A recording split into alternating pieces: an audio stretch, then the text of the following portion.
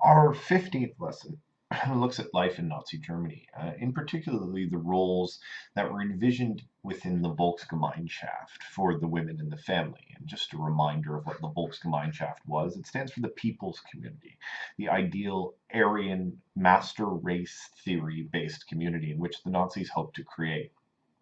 As with all these lessons, we look at youth or women or the family, as we do both in this lesson, you need to consider the degree to which the Nazis were successful and what changed things for the role of women. Now, let's talk about a couple of views of National Socialism and Nazi views on society. Number one, they had always claimed that they were more than a political party, that they were a movement, an ideology that was going to transform the very foundations of German society. And as a consequence of that, they hated the liberal values of the Weimar Republic.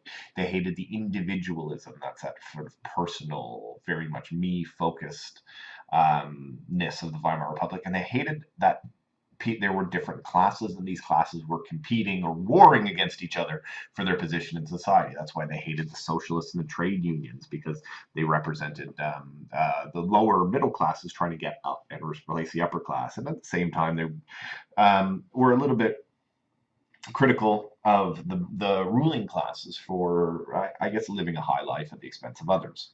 Now, we they rather thought that their place would be put in the Volksgemeinschaft. This would sort of end this class and social divisions and would become an important element of Nazi propaganda.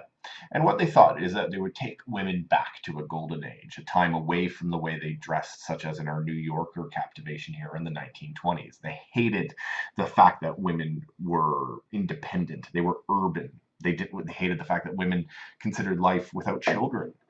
They hated the fact that they were consumerist. They were fashionable. They dressed unnaturally. They copied the styles of Paris and the runways of London, New York, and the sort of American, French, British influence culture was not what they considered ideally German, and they sort of railed against that, of course. So they wanted to return to a pre-war golden age when it was Germany and Germany alone, a veneration of the old traditional styles. And of course, this is what the old traditional styles look like: women in dirndls with the children, always with the children. This woman appears to be breastfeeding, very modest clothing. Um, so what they decided to do, of course, was to coordinate women's lives. We looked at this a little bit last time, but if you take girls, for instance, as we see in these pictures here, girls would start within the Nazi fold as young as the age of 10, where they ended the young Mädel, or the young maidens, the young women, and then they would go on to the League of German Girls, the equivalent to the Hitler Youth, and then they would go to a number of organizations which were aimed at teaching them how to be effective mothers, a Glauben Schönheit from 18 to 21, and then the National Socialist Women's Federation for when they were adults.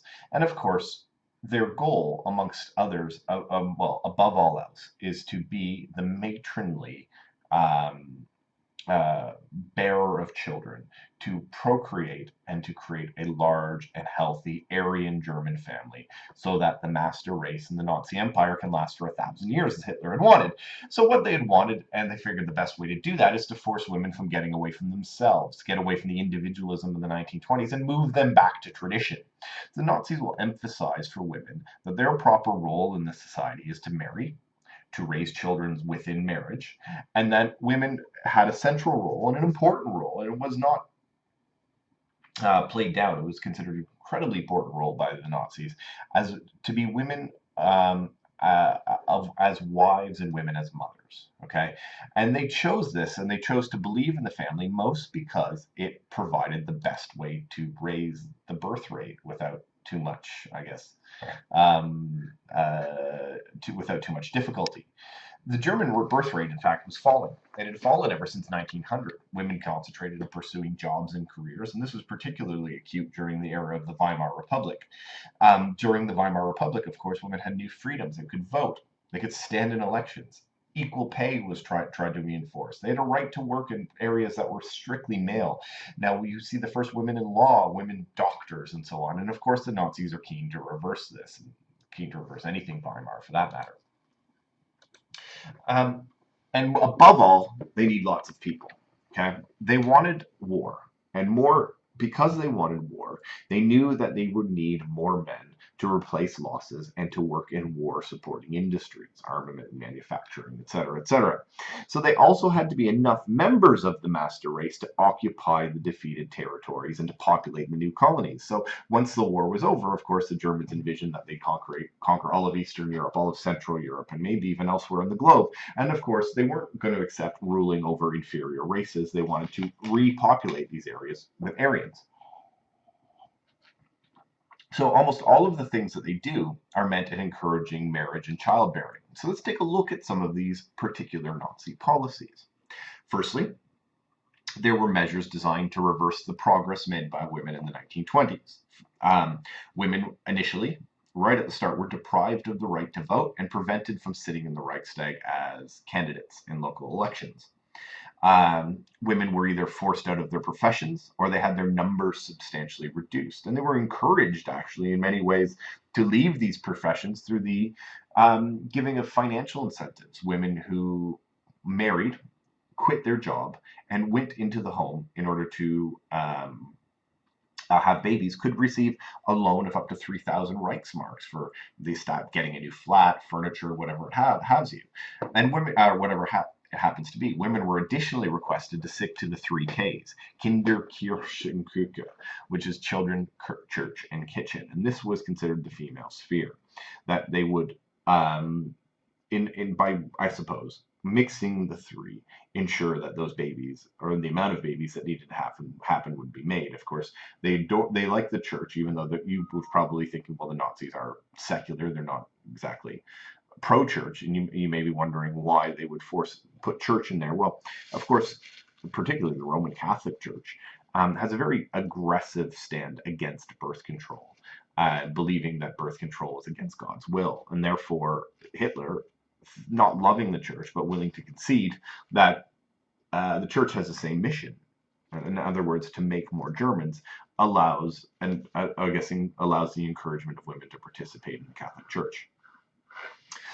They also, as I sort of alluded to, put in measures designed to encourage marriage and childbearing. Okay, marriage loans are offered to newly married couples. Fertility medals awarded to women. You could get a gold fertility medal if you had 8 more kids. There were family allowances, so families would receive a weekly welfare payment for each child they had.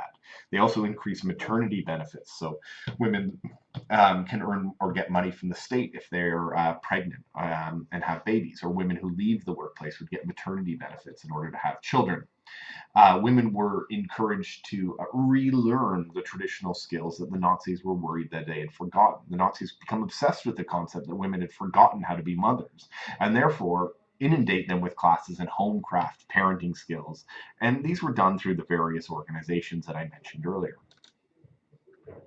The Nazis also had a few bizarre policies, and actually quite cruel ones. There was one most famous known as the Lebensborn program. Unmarried women who, in some cases, were orphans or were widowed, other women who just didn't get married, were encouraged to get themselves impregnated by racially pure SS men and donate that child to the Fuhrer, in other words, to the Nazi state. And that child would be reared in a state-run institution, basically an orphanage, but given a higher priority and a higher social status, to be raised as the children of the SS and as the children of Hitler. And this was a way of encouraging racially pure, particularly this happened in Poland actually during the war, racially pure children to inhabit the countries that Germany was conquering in the East. The Nazis are somewhat successful, not just through this policy, but by all of them. The birth rate increases to 20 per every 100,000 people by 1939. It had only been at 15 in 1933. You may be thinking to yourself, that's not a large increase, and you're right. But it did, in fact, go up just a little bit. So the Nazis can't be seen to be complete failure in their policies towards women. The family sizes, though, on the whole, remain largely the same. Most couples only have 2 children, as opposed to what the Nazis thought that couples should have 4, 5, and 6 children at minimum.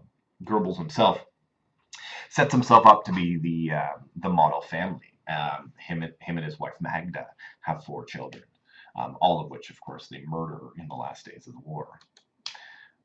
By 1937, though, all of these sort of policies begin to change. The idea that we're going to push women back into the home. These These get subverted by the war effort. Now, you may be saying the Nazis aren't in war in 1937. You're 100% right. But by 1937, the economic policies have changed. They are rearming. And this meant that there was an increased demand for labor. There was 0% unemployment. The Germans actually needed more workers than ever, really. There were more jobs than workers, is what I'm trying to say. So women, in essence, had to come out of the home, even though they didn't put it in there. The Nazis needed to rearm, so they got them out of the home. And they had to compete, of course, with not only the fact that a lot of them had to go to work, but then they had to go back home and take care of their husbands, their children, and so on and so forth. And there really becomes a multiple, a triple burden dealing with your husband, dealing with your kids, and dealing with your employer. The marriage loan system is canceled in 1937, and women are required to perform what they call a compulsory duty year, which meant they had to work in a farm or in a family home in return for board and lodging in order to give back to the state. And this was unpaid. However, all that said, there were still fewer women at work in 39 than in 33, mostly because women resisted going back to work once they were taken out of it. The wages were low, the working conditions were poor. There were some cases of sexual assault and sexual abuse, but also employers didn't really like women. They didn't want to provide things like female toilets, female washing up facilities in these grimy factories.